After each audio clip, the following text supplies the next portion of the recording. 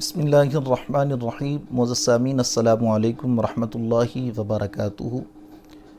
آقا کریم علیہ الصلاۃ والسلام آپ کے پیارے چچا حضرت عباس بن عبد المطلب آپ کے مختصر حالات زندگی اور آپ کے مناقب کے ساتھ آپ کے سامنے حاضر ہیں.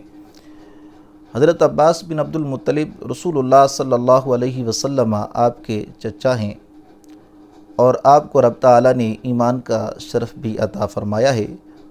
عمر کے لحاظ سے آپ آقا کریم علیہ الصلاۃ والسلام آپ سے 2 سال زیادہ ہیں اور آپ کی والدہ محترمہ کو بھی رب تعالیٰ نے یہ عظیم شرف عطا فرمایا ہے کہ آپ وہ پہلی خاتون ہیں جنہوں نے سب سے پہلے خانہ کعبہ کو ریشم غلاف کے ساتھ مزین فرمایا.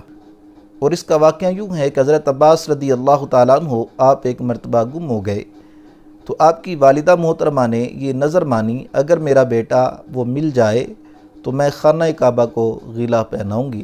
تو جب آپ ملے تو آپ نے اپنی نظر کو پورا کیا اور خانہ کعبہ کو سب سے پہلے آپ نے ریشمی غلاف کے ساتھ مزین فرمایا. حضرت عباس رضی اللہ تعالیٰ عنہ آپ بچپن ہی سے خانہ کعبہ کے خادم کی حیثیت سے فرائض سر انجام دیتے تھے اور حجاج کرام جو حج کرنے آتے تھے ان کی خدمت کرتے تھے، ان کو زمزم پلاتے تھے. اور جو بھی خانہ کعبہ کا طواف کرتا آپ اس سے تقوی اور طہارت اس کا عہد لیتے تھے. اور آپ نے اسلام پہلے ہی قبول کر لیا تھا لیکن اس کا اظہار آپ نے بعد میں فرمایا. اور غزوہ بدر کے اندر جبراً کفار آپ کو اپنے ساتھ لے گئے تو پھر آپ کو قید کر لیا گیا اور فدیہ دے کر آپ وہاں سے چھوٹے تو بعد میں ہجرت کر کے رسول اللہ صلی اللہ علیہ وسلم آپ کی بارگاہ میں حاضر ہوئے. تو آقا کریم علیہ الصلاۃ والسلام آپ نے آپ کی شان کا یوں اظہار فرمایا. یہ روایت ترمذی شریف کے اندر موجود ہے.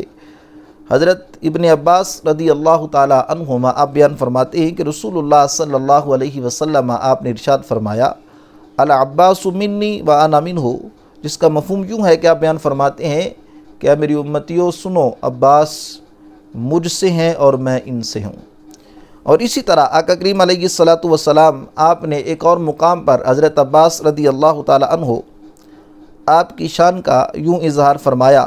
آپ بیان فرماتے ہیں حضرت عبد المطلب بن ربیعہ آپ بیان فرماتے ہیں کہ رسول اللہ صلی اللہ علیہ وسلم آپ نے ارشاد فرمایا یا ایھا الناس من عاز عمی فقد آذانی فانما عم الرجل سنو ابیہ، جس کا مفہوم یوں ہے آپ بیان فرماتے ہیں کہ آقا کریم علیہ الصلاۃ والسلام آپ نے ارشاد فرمایا کہ اے لوگو، جس نے میرے چچا کو اذیت دی اس نے مجھے اذیت دی، بے شک آدمی کا چچا اس کی باپ کی طرح ہوتا ہے.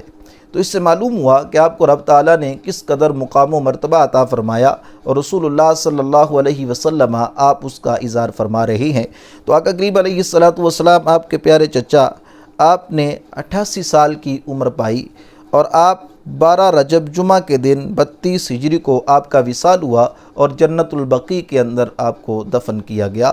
اللہ تعالیٰ کی بارگاہ میں دعا ہے کہ رب تعالیٰ آقا کریم علیہ الصلاۃ والسلام آپ کی ہر نسبت کا لحاظ کرنے کی توفیق عطا فرمائے.